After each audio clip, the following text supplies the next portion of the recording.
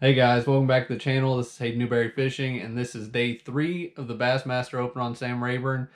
On day 1 and 2, had both good days, swimming a jig on the edge of the grass, and day 2, actually it got better and put me in 3rd place going into the final day of the tournament.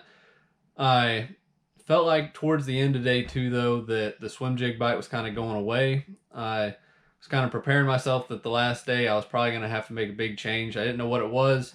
I knew that in practice I'd got some bites in brush piles, so I had a few of those to try that I hadn't hit in a few days.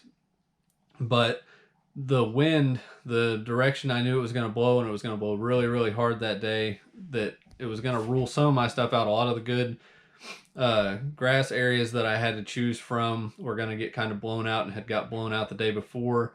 A lot of the water was muddied up in a lot of the areas I was fishing.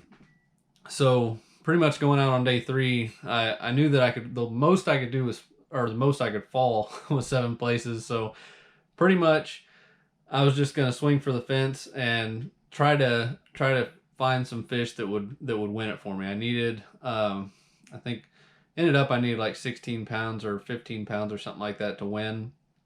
And it might have been less than that. But anyway, that was just kind of what I was shooting for. I was just going to do the best that I could do and see what I could catch. So going out initially, the area that I actually caught them the best in during the tournament so far, I hadn't actually fished there early in the morning. The earliest I had been there on day 1, I got there at about 11 o'clock, caught my weight pretty quick.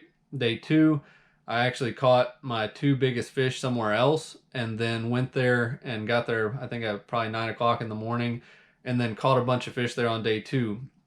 But I beat it up really, really bad, so I wasn't sure if there would be really a lot to have there, and with the changing conditions, the cold front had kind of pushed through, and then now we had high winds out of the south, and it was warm. Like, well, it actually warmed up a lot on day 2 in the afternoon, and then it was even warm in the morning on day 3. So anyway, I'll show you some of the footage from the first little bit of the morning, and then I'll catch you up after that. Thanks for watching the video, guys. 15 seconds. 10 seconds.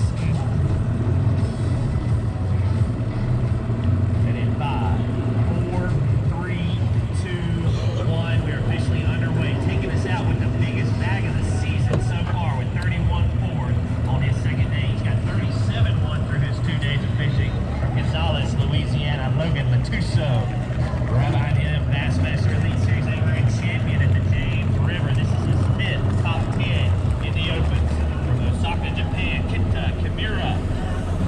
In 3rd place from Jonesboro, Illinois. His first top 10 of the season, Hayden Newberry. 4th place.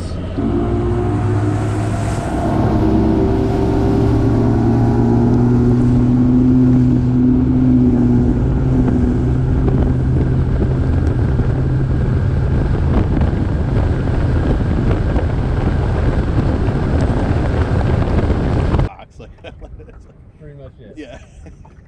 Listen, bear. They give you a bear tag every year, and I'm like, what am I gonna do with this? Like, you know, like free. You guys have wolves up there, right? Probably very few of them. Oh, yeah. Probably way north. We got moose up there too, way north in the Adirondack. I was up in Minnesota, and they had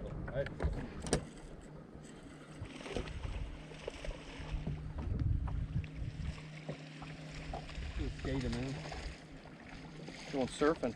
Yeah. Actually, it might be 14.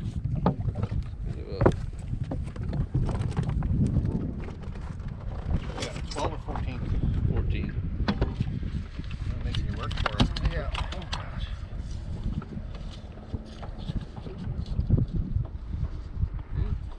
I keep. Yeah, one of the big ones out here, right?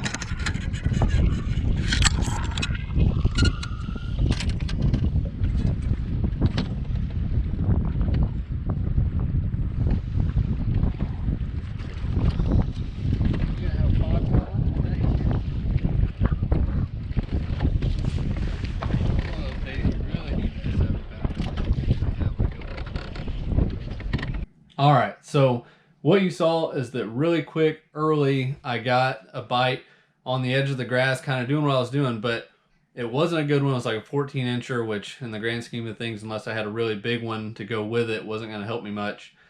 But it just didn't feel right. I was fishing probably the best looking bank at that point in that area. The wind was blowing in good on it. It hadn't really muddied up too much in there yet. So going down that bank and getting one bite was not good. That was pretty much telling me immediately that that bite, like I suspected, was going away. So I caught that fish, kind of finished off that little stretch of grass, and decided I was going to change it up. So there was an area that I had found kind of when I was changing spots and different stuff as I was fishing that area that I'd spent most of day 2 in, that there was a big area of offshore hydrilla there. So I decided I was going to go ahead and go out there because I thought it was going to get too rough out there to even try to fish it very later on in the morning because the wind was blowing so hard. So first thing I go out there, probably I'd say 5 casts in or something like that, I caught another keeper. And then I was like, sweet, this is a pretty big grass line. So I immediately kind of just was letting myself drift all the way down it, just casting this chatterbait at this grass line, went all the way down it, didn't get another bite. So after that, I think I went back and just, actually I continued on and just fished a little bit of the grass line after I followed it all the way to the bank, and still didn't get a bite there. So decided I was going to go ahead and change areas again. So after that, I motored up and went to go fish a couple brush piles before it got, like I was saying, I was trying to do all this before it got too rough, and it made it really difficult to change areas for a long distance. So my brush piles were kind of farther up the lake, so ran up there, and I'll show you guys what happened on the way to the brush piles and then what got there, and then we'll kind of jump to after that. But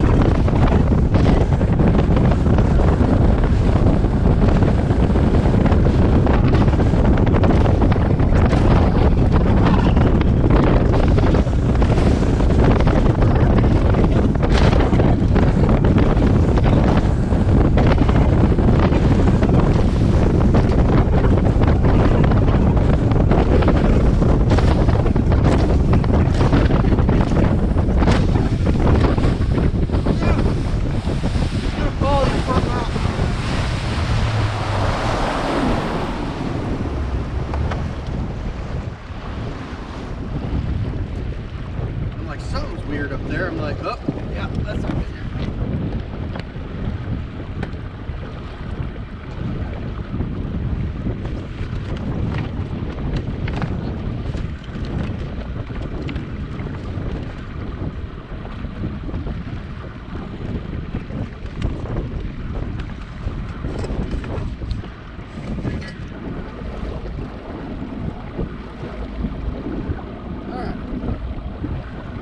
back in business.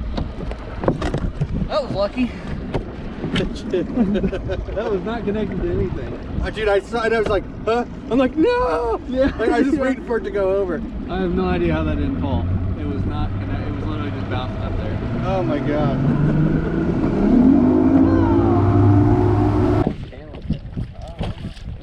Something. Yeah, some kind of camera. I'm not necessarily great with my catfish species. Alright, so after that, there was one that I guess I deleted the video from it already, but I did catch one really small one off a brush pile, but I mean it was like a 10-incher. And then I caught that catfish, but after that I fished a couple of my brush piles and that wasn't working either. So that was kind of just, I was getting sent in 7 different directions. I thought my grass bite was going away, and then I kind of got that bite on that offshore grass. That didn't work out very well. Then I go try to fish the brush piles. I was like, maybe they pulled back out to the brush. That wasn't working for me. And so I was like, still had in the back of my head, which I'm sure plenty of anybody that fished big tournaments and stuff like this knows, that it's so hard when you go from a day where you catch like 30 fish doing something that it just goes away overnight, that you still have it just in the back of your head telling you just go try it out again. Because there was like the first day of the tournament really didn't, that bite really didn't materialize till like noon. So after changing areas and everything, it was later in the morning. I was like, I'm gonna go back there and kind of try that offshore grass and hit that again and see if that bite's picking up. So I go back there, and I really spent too much time back there. Gave it a couple hours trying out a jerk bait, trying different stuff in that area, and I couldn't get anything going. It was just I had a couple like really small ones around and bite the jerk bait, but just nothing.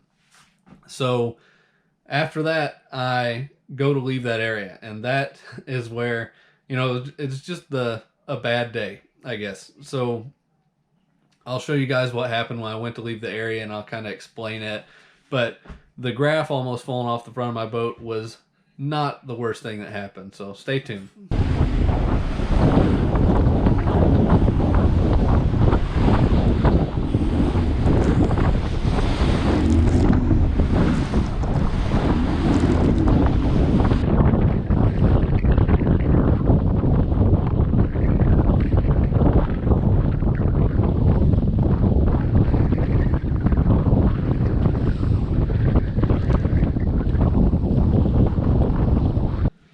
So what you guys just saw is I went to leave the bay, and if you're not familiar with Rayburn, there's a lot of big stump fields, stuff like that in it.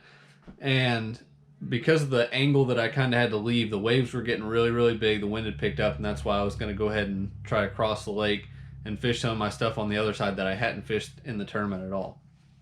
So I go to leave, and I've kind of got to snake it through this direction to go around this stump field.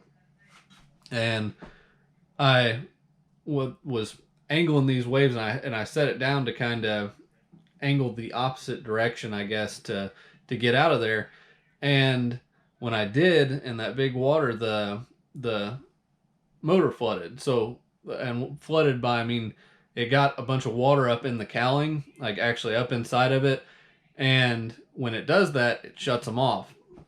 Sometimes it can do some damage to them, but initially I couldn't get it started back. So immediately when I got in that big water like that with the engine shut down, I took a couple waves over the back, and my bilge pump was not keeping up. Pretty much it was just flooding my boat. The closest direction I had to troll, because I wasn't trolling into the wind, I wasn't moving or anything, and trolling with the waves, I was taking every single one over the back of the boat, which pretty quickly I had a ton of water in the floorboards and everything. I had, my bilge pump was not able to keep up with that at all. It was because every single wave was coming in. So I was kind of trying to angle with them just to keep some of the water out and buy myself some time as I was coming back. And I kept doing that, couldn't get the motor started. Eventually, when you were sitting at my driver's seat, which a lot of the video, just the angle of my camera doesn't show any of this stuff, so that's why I'm kind of explaining it all. But pretty much it got to where the seat that I sit in, the driver's seat, you were sitting in water. That's how much got in within, 5 to 10 minutes. Just, it was, my boat was like sitting low in the back. Pretty much the water was just steadily flowing in because the back hatch of my boat was underwater. So after about 10 minutes of that, I'm trolling. We're not moving very fast, but just hoping at that point that somehow this motor's going to start back, because at this point the motor's like sitting half underwater anyway. But some of the water got drained out, and I go back, I sit down in the water, and by some miracle the motor starts.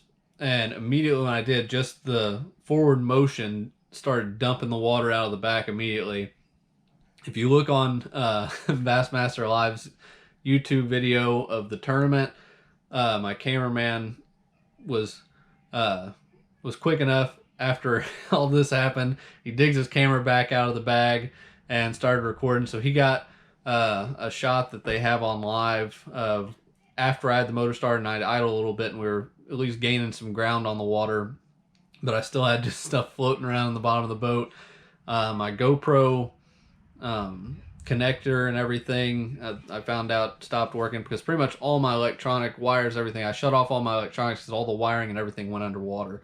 I mean, everything was sitting underwater, so I'm having to mess with a few things that got torn up during that whole scenario.